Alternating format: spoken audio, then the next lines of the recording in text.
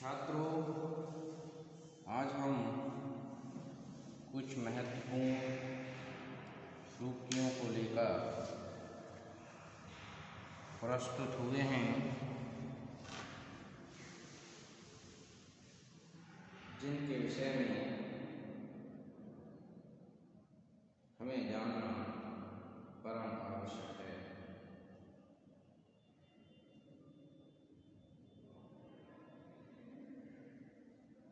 तो आइए छात्रों, शुरू करते हैं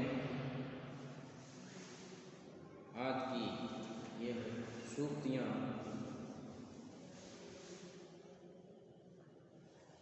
कामिही नार प्यारी जिम लोभहि प्रिय जिम दाम।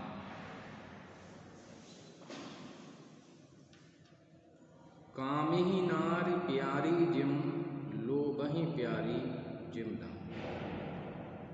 काम ही माने कामी व्यक्ति के लिए नारी स्त्री प्यारी होती है। किस प्रकार से? जिस प्रकार से एक लोभी व्यक्ति के लिए दाम प्यारा होता है।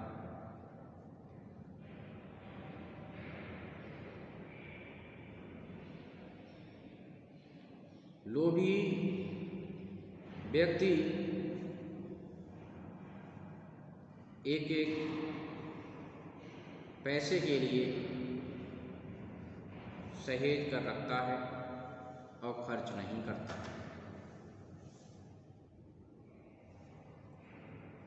उसे उससे अत्यंत लगाव होता है, पैसे को खर्च नहीं करना चाहता। और काम ही नार प्यारी जिम, और जो कामी व्यक्ति होता है उसके लिए स्त्री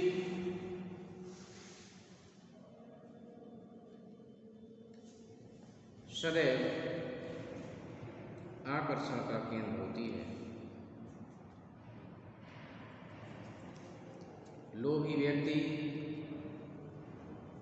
अपने संचित धन को बार बार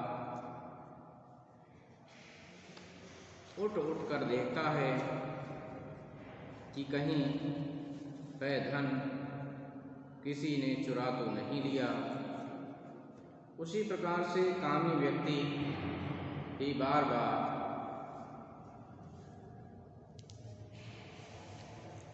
स्त्री का उपभोग करता है। तो यह दोनों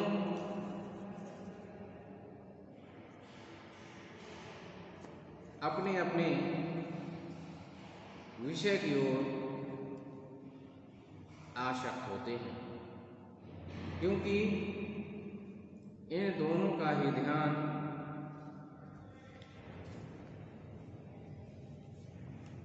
एक विशेष विषय की ओर होता है।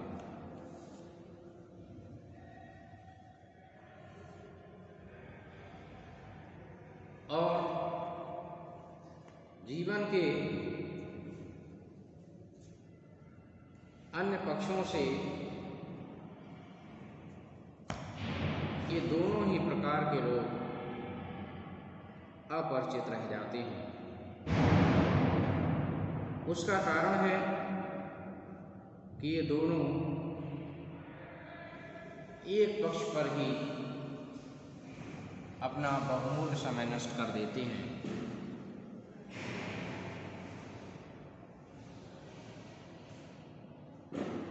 कहत नटत रीझत खिजत मिलत खिलत लज्जात भरे भवन में करत हैं नैनन ही सुगा। कि कहत माने कहता है, नायक नायिका से कहता है। नटत नायिका मना कर देती है।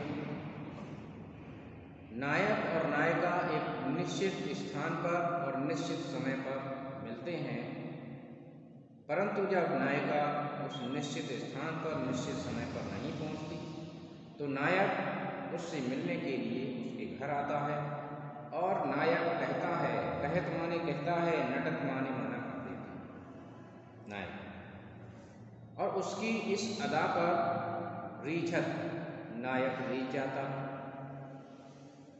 और जब नायक रीझ जाता है तो नायिका खीजत उस पर गुस्सा करने लगती है, क्योंकि परिवार में अन्य लोग भी मौजूद हैं।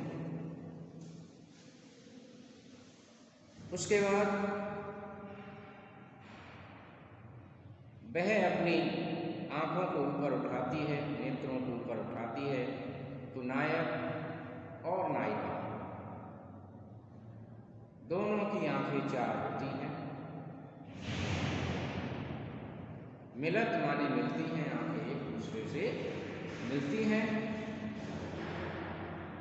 और जैसे ही आंखें मिलती हैं लज्जात और वह नायिका स्वयं को लज्जा का अनुभव करती है।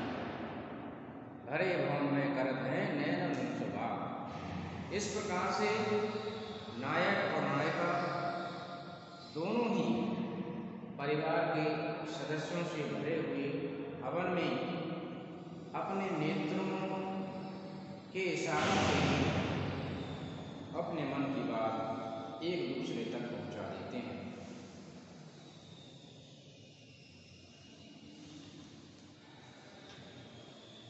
कहाँ करुणा निधि केशव रोए,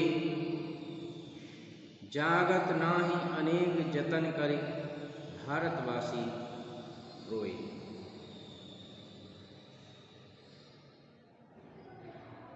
इन पंक्तियों के माध्यम से कवि यह बताना चाहता है कि जब मनुष्य के सभी रास्ते बंद हो जाते हैं तो केवल एक भगवान का रास्ता ही उसे नजर आता है, क्योंकि सारे दरवाजे बंद होने पर भी ईश्वर का दरवाजा, भगवान का दरवाजा सदैव अपने भक्तों के लिए खुला रहता है। और जब किसी भी प्रकार से व्यक्ति को सहायता नहीं मिलती है, हर तरफ से निराशा और हताशा प्राप्त होती है, तो वह ईश्वर की शरण में ही पहुंचता है। और ईश्वर करुणा निधि, करुणा के सागर हैं केशव अर्थात भगवान विष्णु। वे सदैव अपने भक्तों पर करुणा करते हैं, दया करते हैं, और अपने भक्तों की समस्याओं का समाधान भी करते हैं। कि जागत नाही अनेक जतन करे, भारतवासी रोए। कि हे प्रभु, मेरे प्रयास से लोगों में चैतन्यता नहीं आ रही है, इसलिए हे प्रभु अब तो आपको ही करुणा दिखानी होगी, आपको ही अपनी दयालुता से और अपनी शक्ति से इनको चैतन्य करना होगा।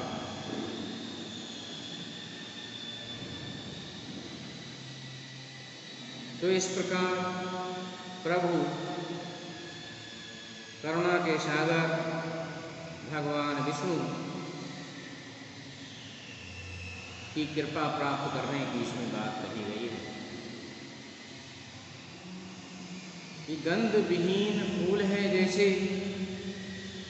चंद्र चंद्रिकाहीन, और यूं ही फीका है मनुष्य का जीवन प्रेम विहीन। कि जिस प्रकार से पुष्प का महत्व उसकी सुगंध से होता है, पुष्प में सुगंधित इत्र पाया जाता है और सुगंध ही उनके आकर्षण का केंद्र होता है। और चंद्र चंद्रिकाहीन, और चंद्रमा के लिए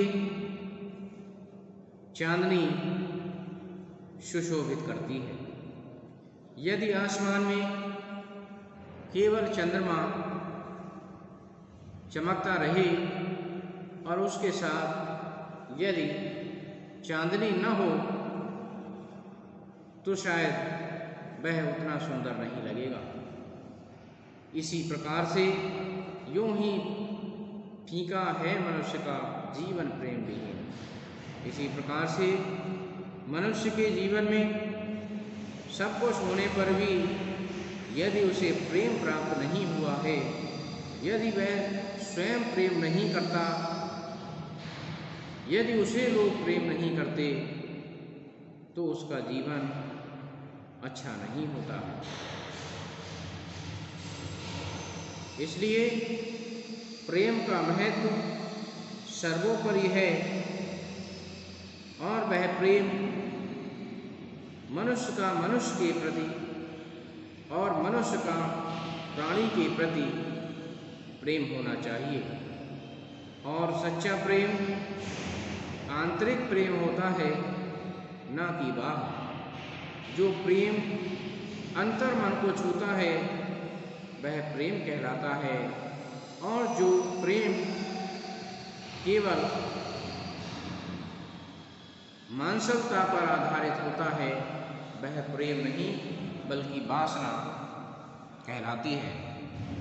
तो इस प्रकार से प्रेम के महत्व को बताया गया है, और प्रेम के बिना जीवन सुखमय नहीं हो सकता है।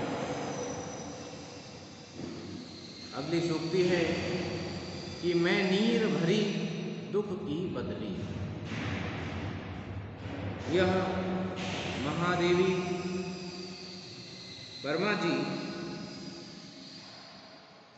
का कथन है कि मैं नीर भरी दुख की बदली, और वेदना के लिए महादेवी जी जानी जाती हैं कि जिस प्रकार से आसमान में बदली छाई होती है, उसमें पानी भरा होता है, उसी प्रकार से उनके नेत्रों में सदैव अश्रु रूपी जल विद्यमान रहता है। जिस प्रकार से बदली एक स्थान से उमड़ती है और दूसरे स्थान पर अपना अस्तित्व खो देती है, जैसे ही वह बरसात करती है अपना अस्तित्व खो देती है, उसी प्रकार से महादेवी जी उस स्थिति को प्रस्तुत करना चाहती हैं कि मनुष्य का जीवन भी बहुत कुछ ऐसा ही होता है।